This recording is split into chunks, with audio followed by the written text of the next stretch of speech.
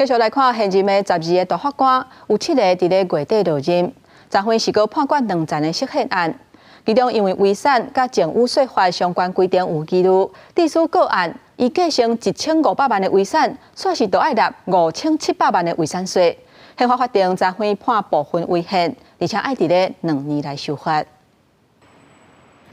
无论是中央集团创办人张荣华，也是大数集团创办人王永庆，伫继承了后所留落来遗产安怎分配，拢引起关心甲注意。上游民众因为遗产继承问题申请释宪，宪法法庭已被判决部分违宪。遗产及赠与税法第15条第1项第1款规定，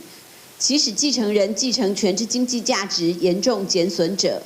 于此范围内，并侵害人民受宪法第15条保障之财产权。 争议法条就是遗产甲政务税法规定，被继承人死亡的前2年，政有的个人财产伫死了后也看做是遗产，并立遗产总额来扣税，而且无上限。因过来70波人在死前甲多数财产价值3亿股票经产互家后，伊死了后留落来剩的遗产，家后甲子女抛弃继承，无需要负担遗产税。因过翁婿甲其他10波人生的囡仔变做唯一的继承人，虽然得到1500多万的遗产，却是因为这项法规的规定，放扣的遗产税加政府合并计算，负担的遗产税有5700多万，变成这个税金比继承遗产加真多。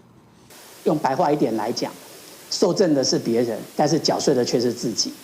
极可能因细征规定的拟制而使他的税捐负担部分取决于不归属于自己的财产争议，这时候 已经违反了量能课税的原则。原则上我们会参考他的建议，就是说他可能就是说针对配偶所拿到的这个财产所占他整个财产的比率，去算他这个税额，就是